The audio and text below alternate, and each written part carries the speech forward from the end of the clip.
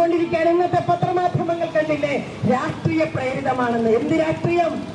നിങ്ങളല്ലേ പറയുന്നത് ഈർക്കിൽ സംഘടനയാണ്. 450 പേരേ ഉള്ളൂ, 500 പേരേ ഉള്ളൂ എന്ന് പറഞ്ഞ് ആക്ഷേപിച്ചുകൊണ്ടിരിക്കുന്നത് നിങ്ങളല്ലേ? ഞങ്ങളൊരു സർക്കാരിനെ അട്ടിമറിക്കുവാൻ ശ്രമിക്കുന്നുവെന്ന് പ്രചരിപ്പിക്കുന്നത് നിങ്ങളല്ലേ? ഞങ്ങൾ അങ്ങനെ എന്തെങ്കിലും പറഞ്ഞോ? ഈ സമരത്തിന്റെ നാൾവഴികൾ എടുത്ത് പരിശോധിച്ചു നോക്കൂ. ഈ സമരത്തോട് എന്ത് നിലപാടാണ് ഈ സർക്കാർ എടുത്തത്? മാനസികമായി തകർക്കുന്നതിന് വേണ്ടി 57 ദിവസവും ഏറ്റവും കൊടും ക്രിമിനലുകളായ സൈബർ പോരാളികളെ കൊണ്ട് ഈ സ്ത്രീകൾക്കെതിരെ ആക്ഷേപം പറയുന്നു, പ്രചരിപ്പിച്ചുകൊണ്ടേയിരിക്കുന്നു. പണം കൊടുത്ത് PR വർക്കിലൂടെ. ക്രിമിനലുകളാണ് ക്രിമിനലുകൾ. ഇവർ സ്ത്രീത്വത്തെ മാനിക്കുന്നവരാണെങ്കിൽ ഇവർ സ്ത്രീ വിരുദ്ധതയാണ് ഈ കേരളത്തിൽ കാണിച്ചുകൊണ്ടിരിക്കുന്നത്. തൊഴിലെടുക്കുന്ന സ്ത്രീകളെയാണ് ഈ സ്ത്രീ വിരുദ്ധ നിലപാടുകളിലൂടെ, അഭിപ്രായ പ്രകടനങ്ങളിലൂടെ ഇവർ നശിപ്പിക്കുവാൻ ശ്രമിച്ചുകൊണ്ടിരിക്കുന്നത്. NHM ഡയറക്ടറെ കൊണ്ട് ഉത്തരവിടിയിക്കുന്നു. താഴെത്തട്ടിലേക്ക് അത് നടപ്പാക്കാൻ വേണ്ടി പാർട്ടി സംവിധാനത്തെ മുഴുവൻ ഉപയോഗിക്കുന്നു. ഏറ്റവും ഒടുവിൽ നമ്മൾ കണ്ടു, ഇവിടെ ഒരു സെക്രട്ടേറിയറ്റ് ഉപരോധം പ്രഖ്യാപിച്ചപ്പോൾ തൊട്ടു തലേ ദിവസം പാലിയേറ്റീവ് ട്രെയിനിങ്. ഒരിടത്തും സ്ഥലം പോലും തീരുമാനിച്ചില്ല എവിടെ വെച്ചാണ് ട്രെയിനിങ് എന്ന്. വെപ്രാളപ്പെട്ട് ഇവിടെ ആളുകൾ വന്നു ചേരാതിരിക്കാൻ വേണ്ടിയിട്ടുള്ള ആസൂത്രിതമായ നീക്കം. നമ്മൾ നിയമസഭാ മാർച്ചിന് പോകുമ്പോഴേക്ക് 2 ദിവസം മുമ്പ് വളരെ വ്യാപകമായ പ്രചരണം. എന്താണ്? കലാപം സൃഷ്ടിക്കാൻ പോകുന്നു ആശാവർക്കർമാർ, കലാപം സൃഷ്ടിക്കാൻ പോകുന്നു, നിയമസഭ തല്ലി തകർക്കാൻ പോകുന്നു, ഭയപ്പെടുത്തുകയാണ് സ്ത്രീകളെ. പക്ഷേ ഈ ഭയപ്പെടുത്തലുകളൊന്നും പുല്ലുവിലക്കെടുത്തുകൊണ്ട് കബളിപ്പിക്കപ്പെട്ട് വന്നവരല്ല എന്ന് പറഞ്ഞ് അത് സ്ഥാപിച്ചു കൊടുത്തുകൊണ്ട് ഈ കേരളത്തിലെ സ്ത്രീകൾ നടത്തുന്ന സമരം നിങ്ങൾ അവിടെ ഇരുന്നു കൊണ്ട് അഭിപ്രായ പ്രകടനം നടത്തുകയല്ല, ഇവിടേക്ക് ഇറങ്ങി വരണം. ഇവിടേക്ക് ഇറങ്ങി വന്നത് കാണണം, സ്ത്രീകളോട് സംസാരിക്കണം. ഈ കേരളത്തിലെ മുഴുവൻ പോലീസുകാരെയും കൊണ്ടുവന്ന് ഈ സെക്രട്ടേറിയറ്റിന് മുന്നിൽ 4 വശവും വിന്യസിച്ച് പോലീസിനെ കണ്ട് ഭയപ്പെട്ട് ഒരാളെങ്കിലും സമരത്തിൽ നിന്നും പിന്തിരിയുമെന്ന് കാണുവാൻ കഴിഞ്ഞോ? കാരണം ഇത് തെളിയിക്കുകയാണ്. ഇത് കബളിപ്പിക്കപ്പെട്ടുവെന്നതല്ല, കുത്തിയിളക്കിക്കൊണ്ടുവെന്നതല്ല. കഴിഞ്ഞ 17 വർഷമായി പുരാതനമായ തൊഴിൽ ചൂഷണത്തിനും സാമ്പത്തിക ചൂഷണത്തിനും ഇരകളാക്കപ്പെട്ടിരിക്കുന്ന ആളുകൾ ഒരു സാഹചര്യം ഉണ്ടായി വന്നപ്പോഴേക്ക് ആ സാഹചര്യത്തിൽ അവരുടെ പ്രതിഷേധവും അവരുടെ സമരവീര്യം ഉണർന്നുകൊണ്ട് ഇവിടെ ആയിരങ്ങളായി വന്ന് ചേരുകയാണ്. പിന്നെ ഞങ്ങളുടെ സമരത്തെ ഞങ്ങളെ പിന്തുണയ്ക്കാൻ വരുന്ന ആളുകളെ കുറിച്ച് അതിന്റെ പേരിൽ ചാപ്പ കുത്തപ്പെടുകയാണ് രാഷ്ട്രീയം. സർക്കാരിനെ തകർക്കാൻ എങ്ങനെയാണ് അവരൊക്കെ ഈ സമരപ്പന്തലിൽ വരാൻ സാഹചര്യമുണ്ടായത്? ഞങ്ങൾ ഈ സമരത്തിന് പോകുന്നതിന് മുമ്പ് നിങ്ങളോട് വന്ന് പറഞ്ഞില്ലേ, ഞങ്ങൾ രാഷ്ട്രപതി സമരത്തിനാണ് പോകുന്നത്, ഞങ്ങളുടെ ഡിമാൻഡ് അംഗീകരിച്ചു തരണമെന്ന്. സമരം തുടങ്ങിയ ദിവസം നിയമസഭയിൽ വന്നില്ലേ, 2ാമത്തെ ദിവസം നിയമസഭയിൽ വന്നില്ലേ, 4ാമത്തെ ദിവസം ഡയറക്ടറേറ്റിൽ പോയില്ലേ, 5ാമത്തെ ദിവസം മന്ത്രിയുടെ ഔദ്യോഗിക ഓഫീസിൽ പോയില്ലേ, ചേംബറിൽ പോയി കണ്ടില്ലേ, ഞങ്ങളുടെ വിഷയം പരിഹരിക്കണമെന്ന് ആവശ്യപ്പെട്ടില്ലേ? അത്തരമൊരു നിലപാടെടുക്കാതെ, അതിനൊരു തീരുമാനമെടുക്കാതെ മുന്നോട്ട് പോയപ്പോൾ ഈ സമരത്തിന്റെ ന്യായത്വത കണ്ട്, ഈ സമരത്തിന്റെ ഊർജവും വീര്യവും കണ്ട് ഈ കേരളത്തിലെ രാഷ്ട്രീയ പ്രസ്ഥാനങ്ങൾ, പ്രതിപക്ഷ പ്രസ്ഥാനങ്ങൾ ഒന്നിടങ്കം, സമരത്തിനെതിരെ നിൽക്കുന്ന പ്രസ്ഥാനങ്ങളടക്കം, സ്ത്രീകൾക്കെതിരെയുള്ള സംഘടനകളടക്കം ഈ സമരപ്പന്തലിൽ വന്ന സംഘടനകളുടെ വൈജാത്യം നിങ്ങളെടുത്ത് പരിശോധിച്ചു നോക്കൂ. ഇന്നും തീരുന്നില്ല ഈ സമരത്തിന് പിന്തുണയുമായി വരുന്ന സംഘടനകളുടെ എണ്ണം. ഇത് കേരളത്തിന്റെ സമരമാണ്. ഇത് ആശാവർക്കർമാരുടെ സമരമല്ലെന്ന്. ഇത് ഈ കേരളത്തിന്റെ ഒരു സാമൂഹ്യ മുന്നേറ്റമാണെന്ന് നടന്നുകൊണ്ടിരിക്കുന്നത്. എന്തുകൊണ്ടാണ് കഴിഞ്ഞ 10 വർഷത്തിനിടയിൽ കേരളം സമരങ്ങളുടെ ശവപ്പറമ്പായി മാറി? വലിയ ധൈര്യവും നേതാക്കളെന്ന് അഭിമാനിച്ചുകൊണ്ട് സമരങ്ങൾക്കെതിരെ നിൽക്കുന്ന നിലപാടുകൾ എടുത്തപ്പോൾ ഈ കേരളത്തിൽ സമരങ്ങൾ ഉണ്ടാകുന്നില്ല. സമരസന്നദ്ധത, കേരളത്തിന്റെ സമരസന്നദ്ധത, കേരളത്തിന്റെ ഇടതുപക്ഷ മനസ്സ് ഇല്ലായ്മ ചെയ്യപ്പെട്ടുകൊണ്ട് ഇരിക്കുന്നു എന്ന് വേദനയോടെ മനസ്സിലാക്കിയ കേരള സമൂഹത്തിന്റെ മുന്നിലേക്ക് വീറിച്ച വിട്ടുവീഴ്ചയില്ലാത്ത ഈ സമരം കണ്ടപ്പോൾ കേരളം പ്രതീക്ഷയോടെ നോക്കുന്നു. ഈ സമരത്തെ കേരളത്തിലെ പൊതുസമൂഹം ഒന്നടങ്കം ഈ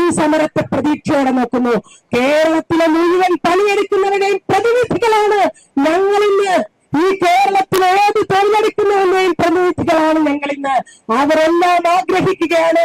ഈ സമരം വിജയിക്കണം, ഈ സമരം വിജയിച്ചല്ലാതെ ഈ സമരം ഇവിടുന്ന് പിന്മാറരുത് എന്ന് എല്ലാ വിഭാഗം ജനങ്ങളും ഞങ്ങളോട് വന്ന് ആവശ്യപ്പെട്ടുകൊണ്ടിരിക്കുന്നു. പിന്നെ കേന്ദ്രത്തിനെതിരെ സമരം നടത്തണം, കേന്ദ്രത്തിനെതിരെയും സംസ്ഥാനത്തിനെതിരെയും സമരം നടത്താം. അങ്ങനെ ഇല്ലാതെ ഇവിടെ എന്തെങ്കിലും അനുശാസനങ്ങളുണ്ടോ, ഇവിടെ എന്തെങ്കിലും തീരുമാനങ്ങളുണ്ടോ? സംസ്ഥാനത്തിനെതിരെ സമരം പാടില്ല, കേന്ദ്രത്തിനെതിരെ മാത്രമേ സമരം പാടുള്ളൂ എന്ന്? അങ്ങനെയില്ലല്ലോ. കേന്ദ്രം തരേണ്ടത് കേന്ദ്രം തരണം, സംസ്ഥാനം തരേണ്ടത് സംസ്ഥാനം തരണം. അപ്പൊ വിവിധ തലങ്ങളുണ്ട് സമരത്തിന്. അത്തരം സമര രീതികളൊന്നും അറിയാത്ത ആളുകളല്ലല്ലോ ഇവിടെ ഭരിച്ചുകൊണ്ടിരിക്കുന്നത്. ഇവരുടെ വന്ന സംഘടന ജനുവരി 20 ഇവിടെ സമരം നടത്തി സെക്രട്ടേറിയറ്റിന് മുന്നിൽ CIT. എന്തായിരുന്നു ഡിമാൻഡ്? 15,000 രൂപ ഓണറേറിയം തരണമെന്നാണ് അവർ ആവശ്യപ്പെട്ടത്. അത് ഞങ്ങളെ തൊഴിലാളികളായി അംഗീകരിച്ചിട്ട് 15,000 തന്നാൽ മതി എന്ന് അവർ ഒരിടത്തും പറഞ്ഞിരുന്നില്ലല്ലോ. ഈ പറയുന്ന കൊടിയേറ്റ നേതാക്കന്മാരാണ് അന്ന് ഇവിടെ വന്ന് ഇത് ഉദ്ഘാടനം ചെയ്തത്. അപ്പൊ അവർക്ക് ചെയ്യാൻ വേറൊരു സംഘടന ചെയ്താൽ അത് പാടില്ല എന്ന് പറയുന്ന ആ നടപടിയെ അംഗീകരിക്കാൻ കേരള സമൂഹം തയ്യാറല്ല എന്ന് കാണിച്ചു കൊടുത്തുകൊണ്ടിരിക്കുകയാണ്. ഈ കഴിഞ്ഞ 50 ദിവസമായി നോക്കൂ, ഇപ്പോഴും വന്നുകൊണ്ടിരിക്കുകയാണ്. ഈ വേദിയിലേക്ക് ഞങ്ങൾ ഐക്യദാർഢ്യവുമായി വന്നുകൊണ്ടിരിക്കുകയാണ്. മത സാമുദായിക മേലധ്യക്ഷന്മാർ ഉൾപ്പെടെ രാഷ്ട്രീയ പ്രസ്ഥാനങ്ങൾ ഉൾപ്പെടെ ആളുകൾ വന്നുകൊണ്ടിരിക്കുകയാണ്. വന്നുകൊണ്ടിരിക്കുന്നത് എന്തുകൊണ്ടാണ്? ഇവർ ഇത്രയും ഈ സമരത്തെ എതിർത്ത് കാണിക്കുന്നത് എന്തുകൊണ്ടാണ്? ഈ സമരം ന്യായമാണ്, ഈ സമൂഹം ഒന്നല്ലെങ്കിൽ ഈ സമരത്തെ പിന്തുണയ്ക്കും എന്നുള്ളത് കൊണ്ടാണ്. നമ്മൾ കേന്ദ്രത്തിനെതിരെ ഡൽഹിയിൽ പോയി സമരം നടത്തിയില്ല എങ്കിലും നമ്മളുടെ സമരം ഇന്ന് ദേശീയ തലത്തിൽ തൊഴിലാളികൾ പ്രതീക്ഷയോടെ നോക്കുന്ന ഒരു സമരമായി മാറിയപ്പോൾ ഇന്ത്യയിലെ 10 ലക്ഷത്തോളം വരുന്ന ആശാവർക്കർമാരുടെ ജീവിതം എന്ത് എന്ന് പൊതുസമൂഹത്തിന് മുന്നിൽ കൊണ്ടുചെന്നെത്തിക്കാൻ ഞങ്ങളുടെ സമരത്തിലൂടെ കഴിഞ്ഞു. 1 കോടിയോളം വരുന്ന സ്ത്രീകൾ, സ്കീം വർക്കേഴ്സിൽപ്പെട്ട സ്ത്രീകൾ എന്ത് തരം തൊഴിൽ ചൂഷണത്തിനാണ് വിധേയമായിക്കൊണ്ടിരിക്കുന്നത് എന്ന് പൊതുസമൂഹം കണ്ണു തുറന്ന് കാണുകയാണ്, ചങ്കുപൊട്ടി കാണുകയാണ്, കണ്ണീരൊഴുക്കിക്കൊണ്ട് കാണുകയാണ് ഈ പൊതുസമൂഹം. അതുകൊണ്ടാണ് പാർലമെന്റിൽ കഴിഞ്ഞ പാർലമെന്റ് സെഷനിൽ ഏറ്റവും കൂടുതൽ ഉയർന്നു കേട്ട പേര് ആശ എന്നുള്ളതാണ് എന്ന് ഇവിടെ വരുന്ന MP-മാർ പറയുകയാണ്. ആശ ആശ ആശ എന്ന് മാത്രമാണ് പാർലമെന്റിൽ കേൾക്കുന്നത്. ഇവിടുത്തെ ബജറ്റ് സമ്മേളനം ആരംഭിച്ചതിന് ശേഷം സംസ്ഥാന അസംബ്ലിയിലും ആശ എന്നുള്ള ഒരൊറ്റ വാക്കാണ് ഉയർന്നു കേൾക്കുന്നത്. അതെങ്ങനെ സൃഷ്ടിക്കപ്പെട്ടു? അതാണ് ഇവരെ ഭയപ്പെടുത്തിക്കൊണ്ടിരിക്കുന്നത്. നമ്മൾ കേന്ദ്രത്തിൽ പോയില്ല എങ്കിലും കേന്ദ്ര ആരോഗ്യമന്ത്രി ശ്രീ JP നദ്ദ നമ്മുടെ സമരമവരുടെ ശ്രദ്ധയിലെത്തിയതിന്റെ അടിസ്ഥാനത്തിൽ ഇവിടുത്തെ MP-മാർ അവിടെ ചെന്ന് അത് നമ്മുടെ സമരഭൂമിയിൽ നിന്ന് നമ്മുടെ ആവശ്യങ്ങൾ എന്താണെന്ന് മനസ്സിലാക്കി അവിടെ കൊണ്ടുവന്ന് എത്തിക്കാൻ ഇതിന്റെ അടിസ്ഥാനത്തിൽ ആശാവർക്കർമാരുടെ ഇൻസെന്റീവ് വർദ്ധിപ്പിക്കും എന്ന് അദ്ദേഹം ഒരു പ്രഖ്യാപനം നടത്തിയിട്ടുണ്ടെങ്കിൽ തീർച്ചയായും അത് പാലിക്കപ്പെടാനുള്ള ബാധ്യത കേന്ദ്ര സർക്കാരിനുണ്ട്, ശ്രീ JP നദ്ദയ്ക്കുണ്ട്. അത് അംഗീകരിച്ചു തന്നേ മതിയാവൂ. അത് പിടിച്ചു വാങ്ങിക്കാനുള്ള ചങ്കൂറ്റവും ഞങ്ങൾക്കുണ്ട്. അത് ഞങ്ങൾ പിടിച്ചു വാങ്ങിച്ചിരിക്കും. ഇപ്പൊ എന്താണ് പറയുന്നത്? കേന്ദ്രം വർദ്ധിപ്പിച്ചാൽ ഞങ്ങൾ വർദ്ധിപ്പിക്കാം. ഇതെന്തൊരു വൃത്തികെട്ട ന്യായമാണ് പറഞ്ഞുകൊണ്ടിരിക്കുന്നത്. മഹാവൃത്തികേടാണ് ഈ കാണിച്ചുകൊണ്ടിരിക്കുന്നത്. ആശാവർക്കർമാർ കേന്ദ്ര സ്കീമിൽപ്പെട്ടവരാണെങ്കിലും അവർ പണിയെടുക്കുന്നത് സംസ്ഥാനത്തിന് വേണ്ടിയിട്ടാണ്. ഇവിടെ ആരോഗ്യമുള്ള കുഞ്ഞുങ്ങൾ ജനിക്കാൻ വേണ്ടി, ഇവിടെ കുഷ്ഠരോഗികൾ ഇല്ലാതിരിക്കാൻ വേണ്ടി, ഇവിടെ ക്ഷയരോഗികൾ ഇല്ലാതിരിക്കാൻ വേണ്ടി, ഒരു ഗർഭിണിയും ഗർഭാവസ്ഥയിൽ മരണമടയാതിരിക്കാൻ വേണ്ടി, ആരോഗ്യമുള്ള ഒരു തലമുറയെ സൃഷ്ടിച്ച് വളർത്തിയെടുക്കുന്നതിന് വേണ്ടി, ഇവിടെ പകർച്ചവ്യാധികൾ പടർന്നു പിടിക്കാതിരിക്കാൻ വേണ്ടി, പകർച്ചവ്യാധികൾ ഉണ്ടായാൽ അതൊരു വലിയ മരണകാരണമായി തീരാതെ പിടിച്ചു നിർത്തുന്നതിന് വേണ്ടി എന്തെല്ലാം പണികളാണ് എടുത്തുകൊണ്ടിരിക്കുന്നത്. ഈ പണി സംസ്ഥാനത്തിന് വേണ്ടിയല്ല പണിയെടുത്തുകൊണ്ടിരിക്കുന്നത്, അതങ്ങനെയായിരിക്കെ പിന്നെ എന്തുകൊണ്ടാണ് വേതനം നമുക്ക് ആവശ്യപ്പെടാൻ കഴിയില്ല എന്നവർ ഇത്ര ശാഠ്യം പിടിക്കുന്നത് നമ്മൾ പരിശോധിച്ചു നോക്കൂ. പണിയെടുക്കുന്ന സംസ്ഥാനത്തിലെ ഉത്തരവാദിത്തമാണ്. നമ്മുടെ ഈ സമരം തുടങ്ങിയതിനു ശേഷം നിങ്ങൾ നോക്കൂ, നമ്മുടെ ഈ സമരത്തിന്റെ അനവധികൾ എവിടെയൊക്കെയാണ് ചെന്നെത്തി നടത്തിക്കൊണ്ടിരിക്കുന്നത്. ആന്ധ്ര ഗവൺമെന്റ് ഗ്രാറ്റുവിറ്റി പ്രഖ്യാപിച്ചിരിക്കുന്നു. 1.5 ലക്ഷം രൂപ വേതനത്തോടുകൂടി പ്രസവാവധി പ്രഖ്യാപിച്ചിരിക്കുന്നു. നമ്മുടെ സമരത്തിന്റെ ഫലമാണ്, ഇമ്പാക്റ്റാണ് ഇതൊക്കെ. കഴിഞ്ഞ ആഴ്ചയിലാണ് പുതുച്ചേരിയിൽ 8,000 രൂപ ആശാവർക്കർമാരുടെ ഓണറേറിയം വർദ്ധിപ്പിക്കാൻ തീരുമാനിച്ചിരിക്കുന്നു. ഒരു സമരവും നടന്നില്ല. നമ്മുടെ സമരത്തിന്റെ അനേമികളാണ് ഇത്. ഈ സമരത്തിന്റെ വിജയങ്ങളാണ് ഇതൊക്കെ. ഞങ്ങൾ ആ വിജയങ്ങളെ എല്ലാം കണക്കാക്കുന്നു. നമ്മളുടെ മാനദണ്ഡങ്ങൾ പൂർണ്ണമായും എടുത്തു മാറ്റുമെന്ന് മന്ത്രി പ്രഖ്യാപിച്ചിരിക്കുന്നു. ചരിത്രത്തിലാദ്യമായി ആശാവർക്കർമാർക്ക് ഇൻസെന്റീവ് ഓണറേറിയം ഒന്നിച്ച് ലഭിച്ചിരിക്കുന്നു. അത് ഫെബ്രുവരി മാസത്തെ മാർച്ച് മാസത്തിൽ അവർക്ക് ലഭ്യമായിരിക്കുന്നു ഇൻസെന്റീവ് ഓണറേറിയവും. ഇതെല്ലാം ഞങ്ങളുടെ നേട്ടങ്ങളാണ്. അതിനുമപ്പുറത്താണ് ഈ സമൂഹത്തിൽ ഈ സമരം നൽകിയിരിക്കുന്ന പ്രതീക്ഷ. നിങ്ങൾ എടുത്ത് പരിശോധിച്ചു നോക്കൂ. ഈ സമരവേദിയിലേക്ക് വന്നുകൊണ്ടിരിക്കുന്നവരുടെ മനുഷ്യരുടെ പ്രായം അത് 5-7 വയസ്സുള്ള അർണവ് മുതൽ, അല്ലെങ്കിൽ അതിൽ താഴെ പ്രായമുള്ള ആളുകൾ മുതൽ 85-90 വയസ്സുള്ള വന്ധ്യവയോധികരായ മനുഷ്യരുൾപ്പെടെ ഇവിടെ വന്ന് കണ്ണീർ വീഴ്ത്തിക്കൊണ്ട് ഞങ്ങളോട് ഐക്യപ്പെടുന്നത്, അവരുടെ ഹൃദയം വേദനിക്കുന്നത് ഇത് ഈ കേരളത്തിൽ നഷ്ടമായിക്കൊണ്ടിരുന്ന ഇടതുപക്ഷീയതയെ, കേരളത്തിന്റെ ഇടതുപക്ഷ മനസാക്ഷിയെ പിടിച്ചുയർത്തുവാൻ വേണ്ടി, അതിനെ പ്രജ്വലിപ്പിക്കുവാൻ വേണ്ടി ഈശ്വരായ സ്ത്രീകൾ നടത്തുന്ന ആ സമരത്തിന് അത് കഴിഞ്ഞു എന്നത് ഈ സമൂഹം അതീവ കൃതാർത്ഥതയോടെ ഉറ്റുനോക്കുന്നത് അവരുടെ ഹൃദയങ്ങളിൽ നിന്നും ഞങ്ങൾ മനസ്സിലാക്കുന്നു.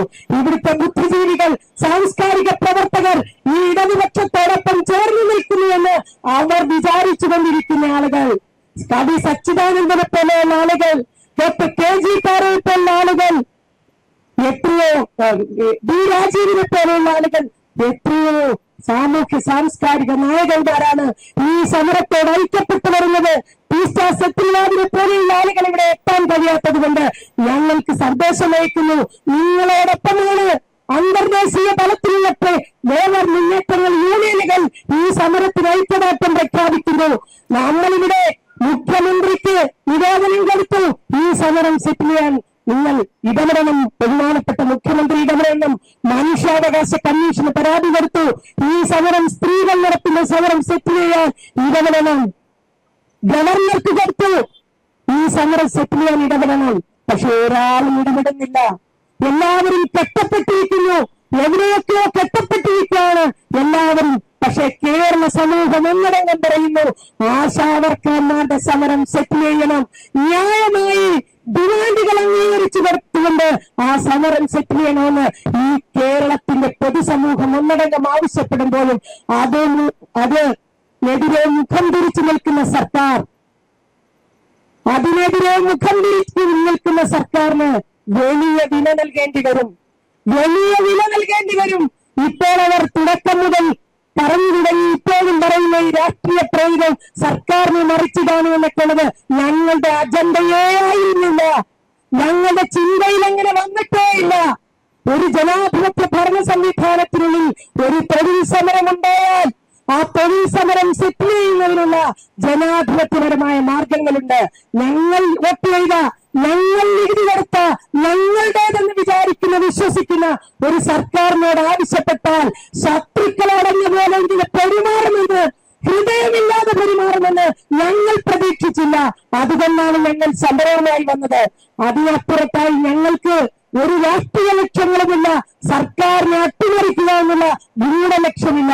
പക്ഷേ ഇന്ന് നിങ്ങൾ ഈ സമരത്തെ ഇത്ര ക്രൂരമായി, പൈശാചികമായി കൈകാര്യം ചെയ്യുന്നതിലൂടെ നിങ്ങൾ അട്ടിമറിക്കപ്പെടുമോ എന്ന് നിങ്ങൾ പരിശോധിച്ചു നോക്കണം. നിങ്ങൾ അവിടെ ഇരുന്നുകൊണ്ട്, മന്ത്രിമണ്ഡലങ്ങളിൽ ഇരുന്നുകൊണ്ട്, AC റൂമുകളിൽ ഇരുന്നുകൊണ്ട് അഭിപ്രായ പ്രകടനം നടത്താതെ, നിങ്ങൾ സൈബർ പോരാളികളെ വെച്ച് വൃത്തികേട് വിളിച്ചു പറയാതെ, ഏറ്റവും മോശമായ കാര്യങ്ങൾ ആ ചെറുപ്പക്കാരെ പരിശീലിപ്പിച്ച് സാമൂഹ്യ വിരുദ്ധരാക്കി മാറ്റാതെ തെരുവിലേക്ക് ഇറങ്ങി വരൂ. ഈ സെക്രട്ടേറിയറ്റിന് മുന്നിലേക്ക് വരൂ. എന്താണ് ഞങ്ങൾക്ക് പറയാനുള്ളതെന്ന് കേൾക്കൂ. ഈ കേരളത്തിന്റെ പൊതുസമൂഹത്തിന്റെ അഭിപ്രായങ്ങൾക്ക് കാതോർക്ക്. അപ്പോൾ നിങ്ങൾക്ക് മനസ്സിലാകും എവിടെയാണ് നിങ്ങൾ കടിപതറിക്കൊണ്ടിരിക്കുന്നത് എന്ന് നിങ്ങൾക്ക് മനസ്സിലാകും. ഇന്ന് റംസാനാണ്. നമ്മുടെ മുഖ്യമന്ത്രി അടക്കം എല്ലാവരും ഇഫ്താർ വിരുന്നുകൾ നടത്തി, ഇതുപോലുള്ള ആഘോഷങ്ങൾ നടത്തി. എത്തുമ്പോൾ ഇനി വരുന്ന ആഴ്ച വലിയ വലിയ ആഘോഷങ്ങളാണ്. വിഷുവും ഈസ്റ്ററുമൊക്കെ നിങ്ങളൊക്കെ സുഭിക്ഷമായി ഭക്ഷണം കഴിക്കുമ്പോൾ വീടുകളിലിരുന്ന് വിശ്രമിക്കുമ്പോൾ നോക്കൂ, ഈ തീ വെയിലത്ത് വന്ന് കിടക്കുന്ന ഈ കഴിഞ്ഞ 50 ദിവസമായി കിടക്കുന്ന ഈ സ്ത്രീകൾ കഴിഞ്ഞ 12 ദിവസമായി പട്ടിണി കിടക്കുകയാണ്. അത് നിങ്ങൾ കാണണം. ഇതിന് നിങ്ങൾ എവിടെ കൊണ്ടുപോയി കണക്ക് തീർക്കും? നിങ്ങൾക്ക് കണക്ക് തീർക്കേണ്ടത്, നിങ്ങൾ കണക്ക് പറയേണ്ടുന്ന ഒരു കാലം അതിവിദൂരമല്ല. നിങ്ങളത് മനസ്സിലാക്കണം. നിങ്ങൾ എന്താണ് വിചാരിച്ചത്? നിങ്ങൾ ആട്ടിപ്പൊളിച്ചു കൊണ്ടുവരുന്ന, കുത്തിയിളക്കിക്കൊണ്ടുവരുന്ന ആളുകളെ പോലെ 5 ദിവസം ഇരുന്ന് വെയിൽ കൊണ്ട് കഴിയുമ്പോ ഞങ്ങൾ അത് എഴുന്നേറ്റ് പോകുമെന്ന് നിങ്ങൾ ഞങ്ങളെ അണ്ടർഎസ്റ്റിമേറ്റ് ചെയ്തു. നിങ്ങൾക്കറിയില്ല സ്ത്രീകളുടെ കരുത്ത്, നിങ്ങൾക്കറിയില്ല. അതുകൊണ്ടാണ് 12 ദിവസം നിരാഹാരം കിടക്കാൻ ഞങ്ങൾക്ക് കഴിയുന്നത്. ഞങ്ങളുടെ ഡിമാൻഡിന് വേണ്ടി അത് നേടിയെടുക്കുവാൻ എന്ത് ത്യാഗവും സഹിക്കാൻ ഞങ്ങൾ തയ്യാറാണ് എന്നുള്ളത് കൊണ്ടാണ് ഞങ്ങൾ മുടിമുറിക്കാൻ തീരുമാനിച്ചിരിക്കുന്നത്. മുടിമുറിച്ച സംഭവങ്ങൾ നമ്മൾ പുരാണങ്ങളിൽ ഉൾപ്പെടെ എടുത്ത് പരിശോധിച്ചു നോക്കൂ. നിങ്ങളുടെ കുലമടിക്കും നിങ്ങളെടുത്ത് പരിശോധിച്ചു നോക്കൂ. ഇവിടെ സമരം, ഇവിടെ ഇതുപോലെയുള്ള കടുത്ത തീരുമാനങ്ങൾ എടുത്തുകൊണ്ട് സ്ത്രീകൾ സമൂഹത്തിൽ ഇറങ്ങിയിട്ടുള്ള എല്ലാ കാലങ്ങളിലും അതിന് ഉത്തരം പറയേണ്ടി വന്നിട്ടുണ്ട് നെറികെട്ട ഭരണാധികാരികൾക്ക്. ആ നെറികളാണ് നിങ്ങൾ കാണിച്ചു കൊണ്ടിരിക്കുന്നത്. ഇതിന് നിങ്ങൾ ഉത്തരം പറയേണ്ടി വരും. നിങ്ങൾ ഉത്തരം പറഞ്ഞ് ഈ ചരിത്രത്തിന്റെ ചരിത്രത്തിലേക്ക് നിങ്ങൾ പോകേണ്ടുന്ന അവസരമുണ്ടാകും. അതുകൊണ്ട് എത്രയും പെട്ടെന്ന് ഇന്ന് 50ാമത്തെ ദിവസം എത്തി നിൽക്കുമ്പോൾ ഞങ്ങൾ മുടിപിടിക്കൽ സമരവുമായി പോവുകയാണ്. 12 ദിവസമായി പട്ടിണി കിടക്കുകയാണ്. പക്ഷേ ഇതിലും കടുത്ത തീരുമാനങ്ങൾ എടുക്കണമെങ്കിൽ എടുക്കുവാൻ ഞങ്ങൾ പിന്നോട്ട് പോകില്ല.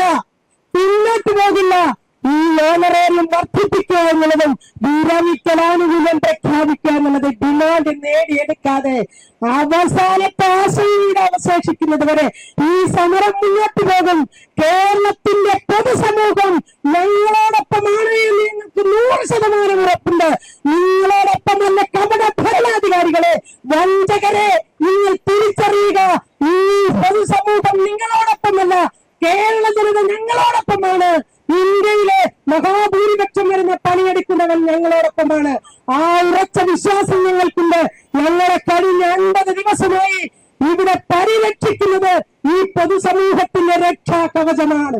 ഈ രക്ഷാകവചത്തിന് ഞങ്ങൾ സുരക്ഷിതരാണ്.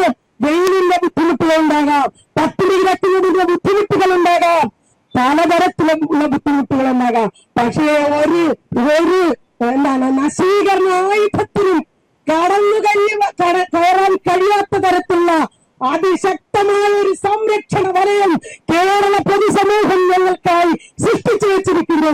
അതുകൊണ്ട് അവസാനത്തെ ആളും അവശേഷിക്കുന്നത് വരെ ഈ സമരത്തിൽ ഞങ്ങൾ അടിയുറച്ചു നിൽക്കും.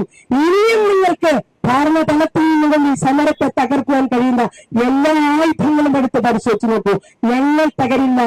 ഓരോ ദിവസം കഴിയുമ്പോഴും തകർന്നുകൊണ്ടിരിക്കുന്നത് നിങ്ങളാണ്. നിങ്ങൾ മാത്രമാണ് തകർന്നുകൊണ്ടിരിക്കുന്നത്.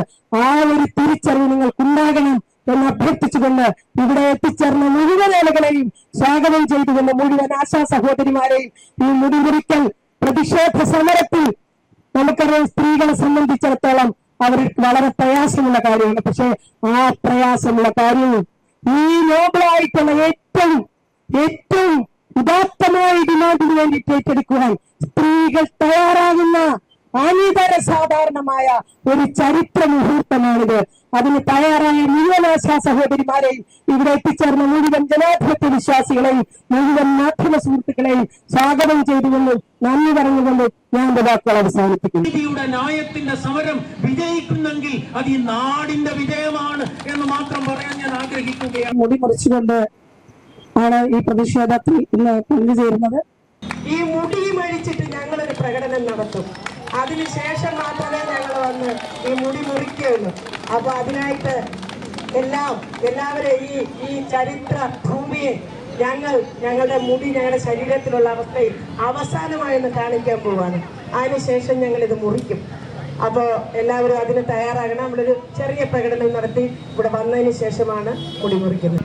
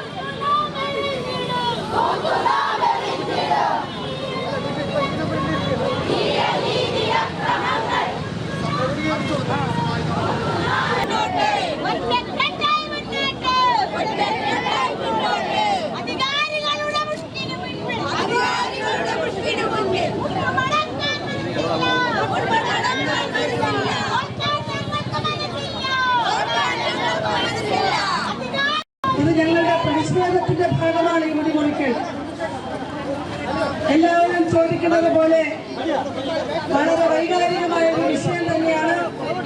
പക്ഷേ കഴിഞ്ഞ 50 ദിവസമായി ഈ തെരുവോരത്തിരിക്കുന്ന ആരോഗ്യ പ്രവർത്തകരുടെ ആരോഗ്യം സംരക്ഷിക്കുവാൻ പോലും യാതൊരു ഉത്തരവാദിത്വമില്ലാത്ത ഗവൺമെന്റിനെയാണ് നമ്മൾ കാണുന്നത്.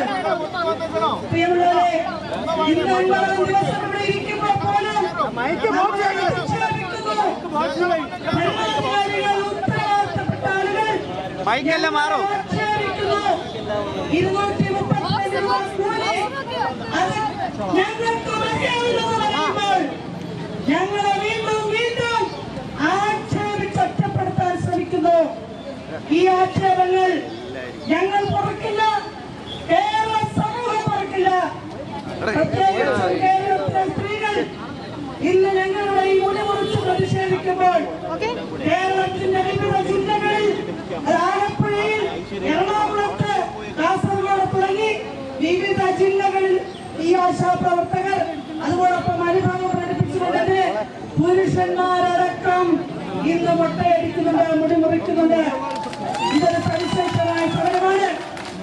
അനീതിക്കെതിരെ, അന്യായത്തിനെതിരെ തൊഴിലാളികൾ പണിമുടക്കിക്കൊണ്ട് അവർ സമരത്തിലേക്ക് പോകുമ്പോൾ അവരെ ഒറ്റപ്പെടുത്തി ആക്രമിച്ച് ഇല്ലാതാക്കാൻ ശ്രമിക്കുന്ന ഭരണാധികാരികൾക്കുള്ള താക്കീത് കൂടിയാണിത്. ഞങ്ങളെല്ലാം ആദ്യമായി ചെയ്തത് ഇവിടെ നേരത്തെ ശ്രീമതി പീയൂഷ പറഞ്ഞതുപോലെ ലോകത്ത് നടക്കാറുണ്ട്. പക്ഷേ ഇടതുപക്ഷമെന്ന് അവകാശപ്പെടുന്ന ഈ ഗവൺമെന്റ് അതിന്റെ സ്വഭാവം ഉപേക്ഷിച്ചുകൊണ്ട് വലതുപക്ഷത്തേക്ക് പോയിക്കൊണ്ട് നമ്മളെ ഈ തെരുവിലിട്ട് കൊല്ലാക്കൊല ചെയ്യാൻ ശ്രമിക്കുമ്പോൾ സ്ത്രീകളുടെ പ്രതിഷേധമാണിത്. ഞങ്ങൾക്ക് കരച്ചു കഴിക്കാൻ നിങ്ങൾക്ക് കരുതില്ലേ?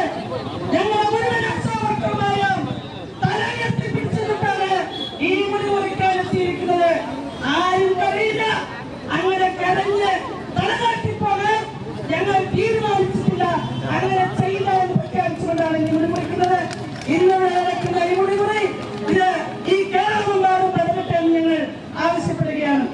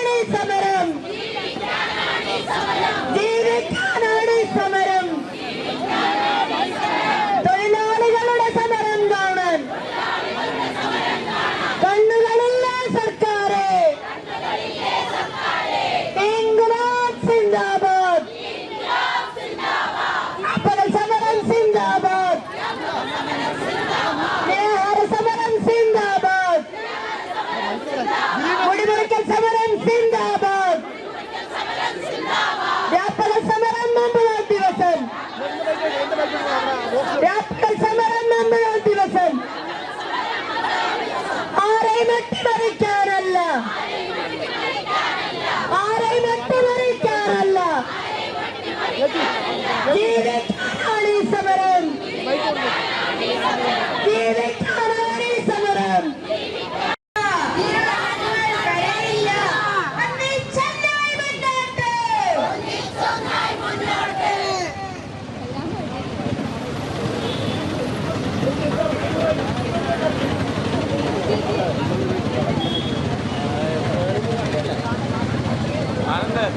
ജീവിത സമരം ആശമാരുടെ ജീവിത സമരം തൊഴിലാളികളുടെ സമരം കാണാൻ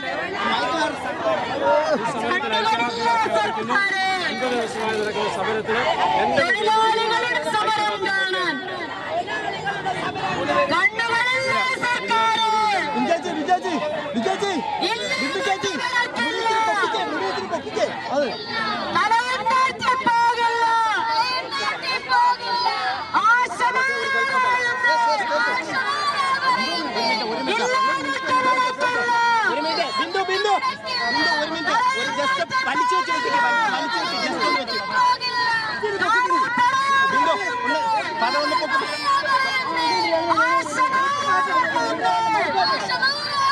മൈക്കൊന്ന് മാറ്റ് ഒന്ന് മൈക്ക് മാറ്റ് മൈക്കൊന്ന് മാറ്റ് മൈക്ക് മാറ്റ് ഫാദർ ഒന്നിങ്ങോട്ട് ഫാദർ